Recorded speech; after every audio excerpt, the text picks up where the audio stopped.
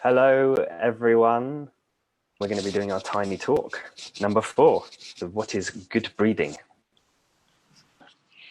Whoa, whoa, whoa! My name is Ella Mesmer. I am a dance artist, a yoga teacher, and I have a very exciting project happening in lockdown, which is called Business Yoga.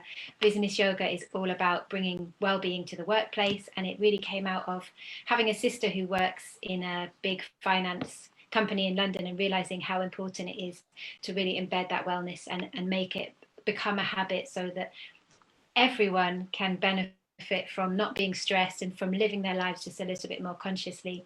And we came together because the things that Rory is interested in, the things that Rory talks about, I'm also a bit of a geek, and got really excited talking to him, and we decided that it would be great to create this space to share. Hello, Busy Buddha. Well done. Welcome, and thanks for listening. And over to you, Rory. Who are you? Hi there, I'm Rory Lemonade. I'm an osteopath and I have a specialist interest in helping people with chronic conditions, specifically stress-related ones. That's where my background has come from, coming from a place of managing my own stress and knowing how that all, learning afterwards how that has all sort of unwound and potentially could have gone a certain way, or so basically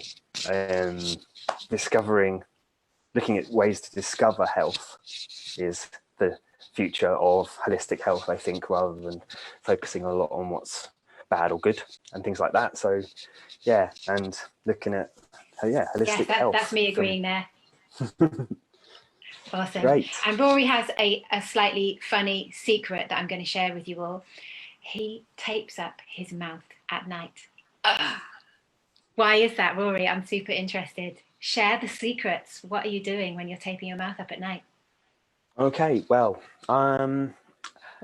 it's all came from learning about the Buteyko breathing method, which I specifically tested. I tested myself for. You can test yourself for specific amounts of CO2 levels in the blood, and it changes from moment to moment. So you have to check 4 times a day and get a rough reading for many days over time to get a pattern, because it's, again, holistic health is about accumulation and about finding patterns rather than being able to just go, right, this is this test, it does this and it does that. But there is other specific tests you can do to help find things out. It's just the effects of it and all these things you have to get a sense of it over time. So I discovered that my CO2 levels were down, especially in the mornings. And I thought that I had my mouth shut most of the time throughout the day. And I also thought that I wasn't opening my mouth at night. But I clearly must have been, because it's a thing, or maybe even just breathing fast and heavily. There could have been, more dreams occurring that make you think about things that speed your breathing up, because it's either typically what makes you lose carbon dioxide is either breathing through the mouth fast or upper chest breathing as well. So there's super interesting.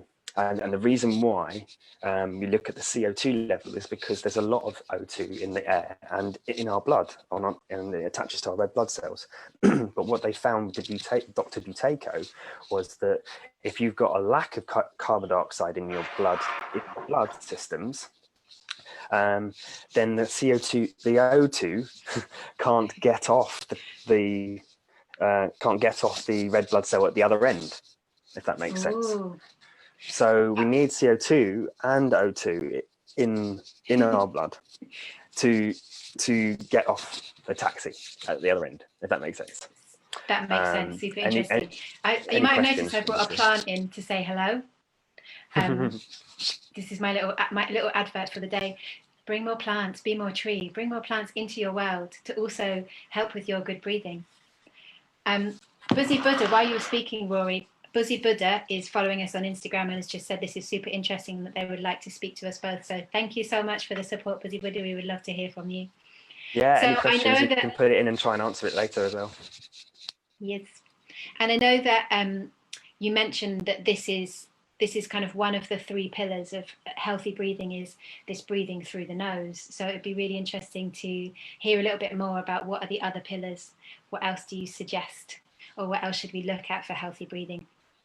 Sure, yeah. So when we say what is good breathing or healthy breathing, there are three aspects that I've noticed throughout a lot of different breathing techniques.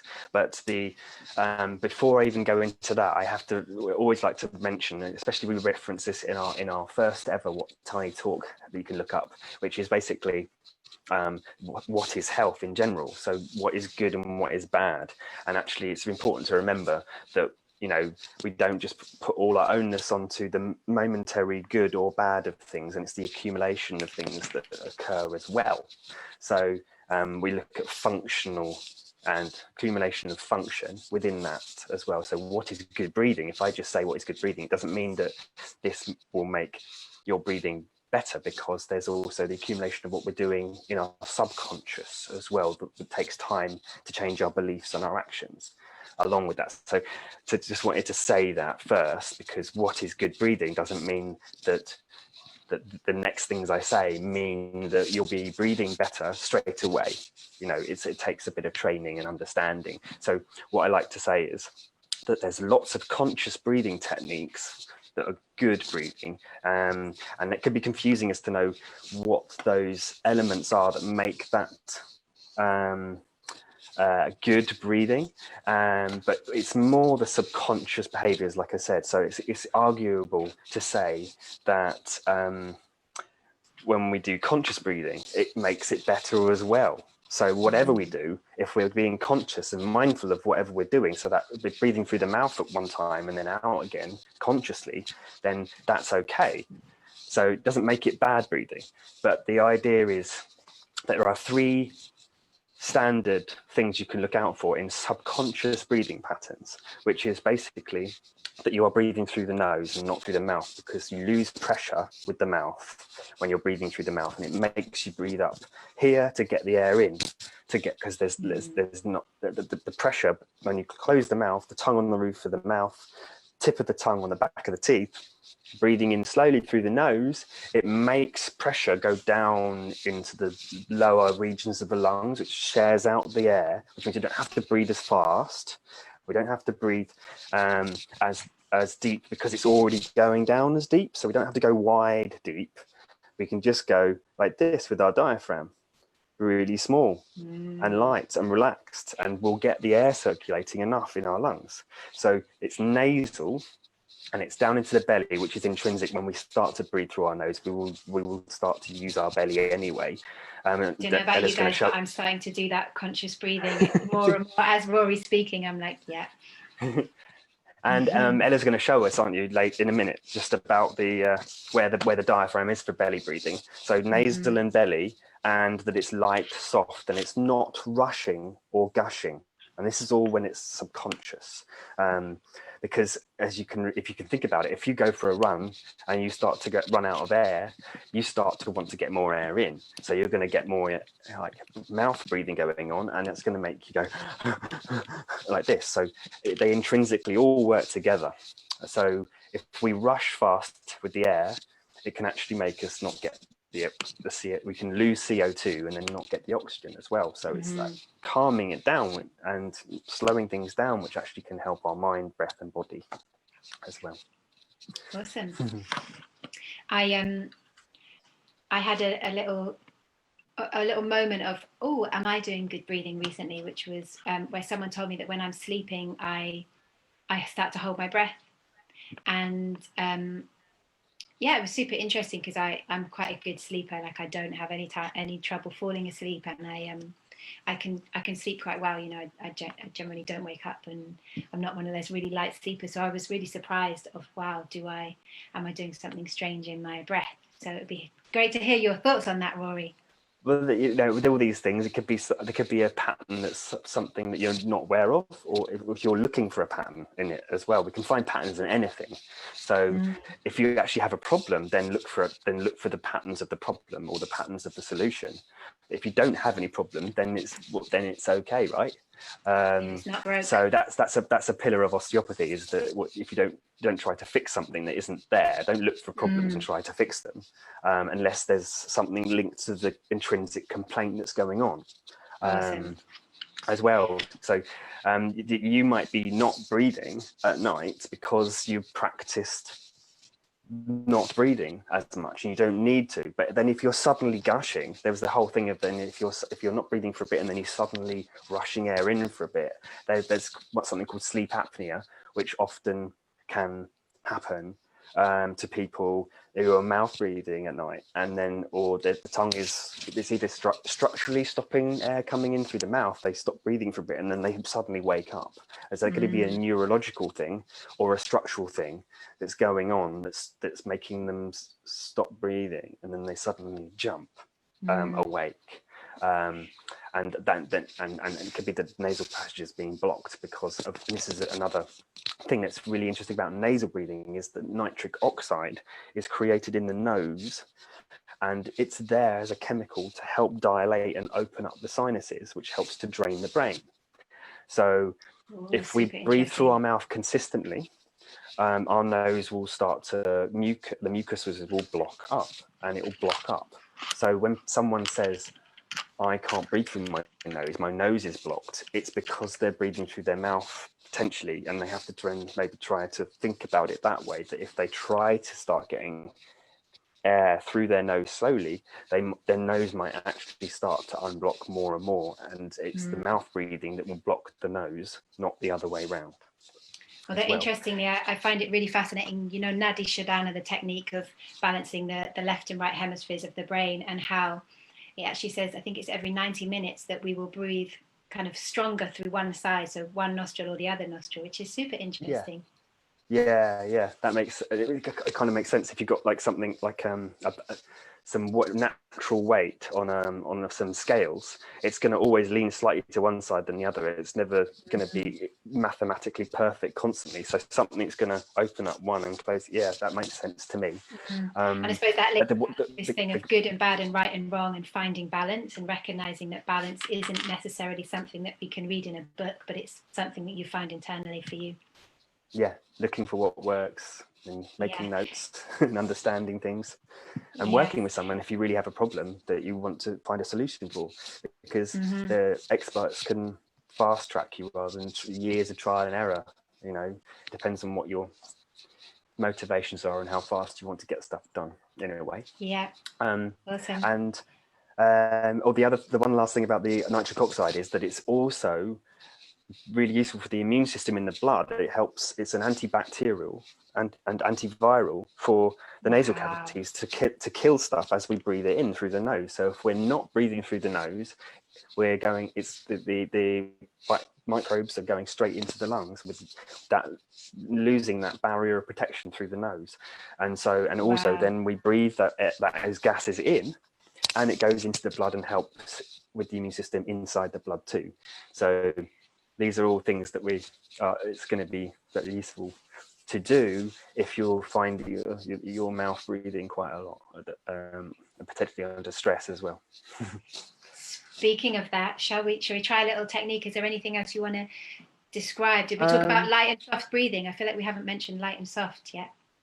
Oh, the light and soft is again, the fast gushing of air means that the air exchanges too fast and the carbon dioxide is lost. So we lose the air pressure for the carbon dioxide balance, and our brains get used to it.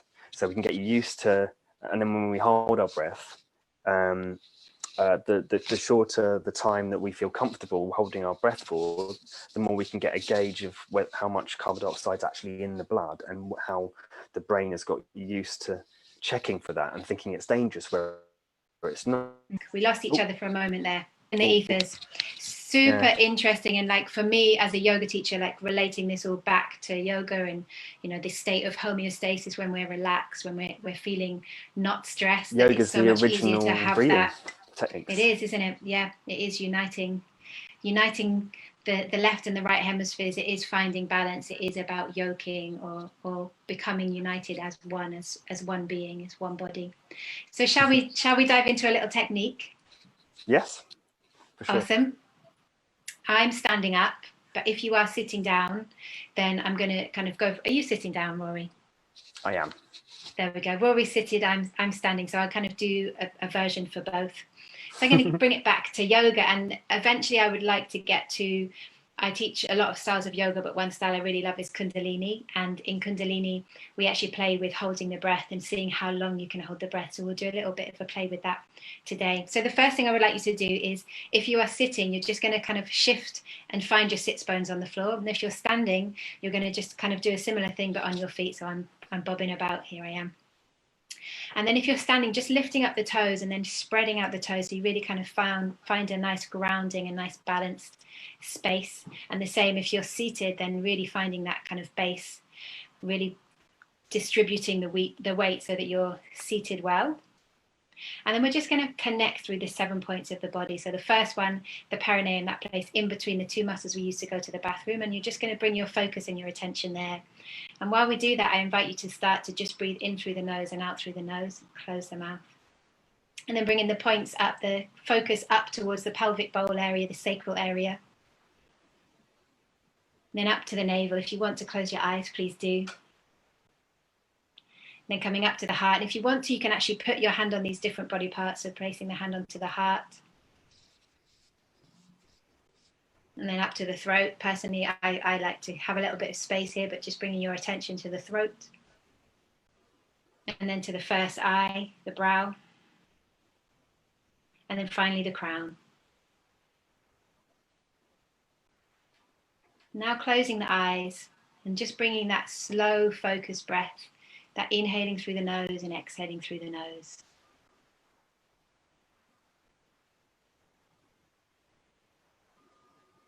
So now I invite you to put your hands onto your belly. Perhaps you want to place both hands onto your belly. You can't see my hands, but they are both on my belly right now. And we're just going to breathe. And as you breathe, really allow yourself to expand into the belly.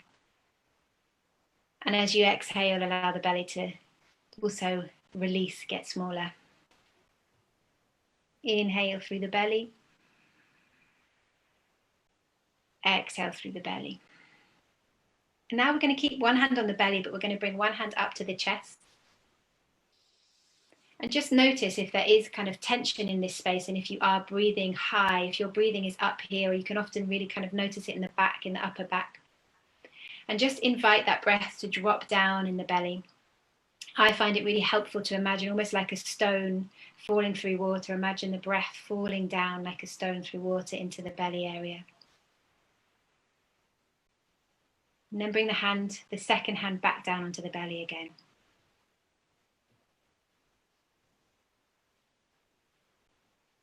And now we're going to begin with this inhale and hold. So we're going to inhale first for 4 seconds, hold for 4 seconds, exhale for 4 seconds. Here we go. Inhale 4. Hold for 4. Inhale 4. Hold 4. Exhale. Beautiful. So now we're going to take that up a little notch. We're going to do 7 seconds inhale, 7 seconds hold, exhale. Here we go. Inhale.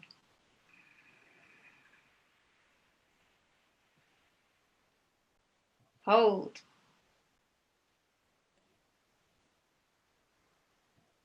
Exhale. Let's take it up one more to my favorite number, number 11. Inhale for 11.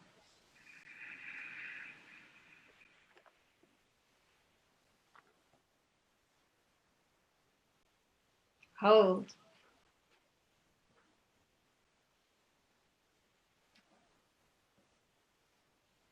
Exhale. And just notice, just observe through the body. How does the body feel? Was the body stressed by holding, or was it relaxed? Was it, hello, Julia, nice to see you.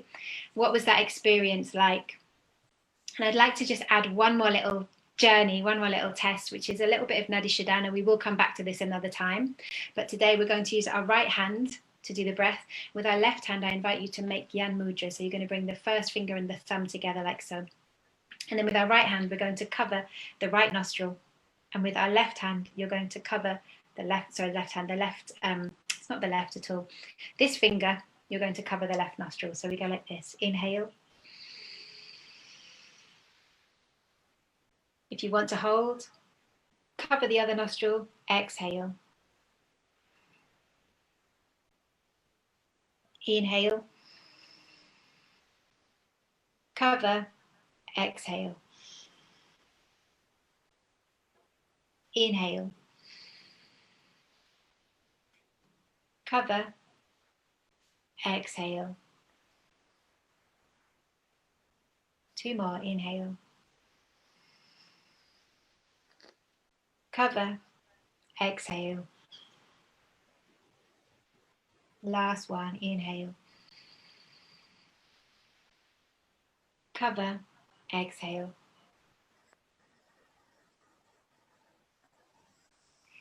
So we would normally do this for much longer, but we will bring that breath back another time. Thank you everyone for joining us. Thank you, Rory. Anything you want to add?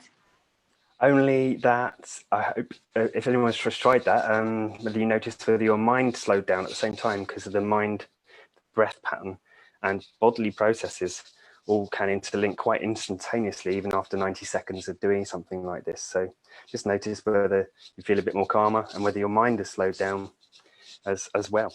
So I want to add, we have a free, you can join us for a free 15-minute class on Wednesday. So it would be gorgeous to have some of you joining us. If you want to join, just go to Business Yoga on Facebook or on Instagram or on the website, businessyoga.co.uk, and you can sign up there. And because it came in to join us, can you bring more plants into your life and thus create more healthy breathing via plants, which maybe we'll talk about one time. What is healthy plants? Yeah. What's healthy planting? My course that's available online is still available for 3 more days to purchase as well. Discover your healthy action mindset. So it's a really good course, everyone. I have totally a look into that. it. It's on, all the links are on the Facebook page, Rory Lemonade AID. And everyone take care. Let's make it better. Stay well. We love you. Love you, Rory. See you next time. Bye, everyone.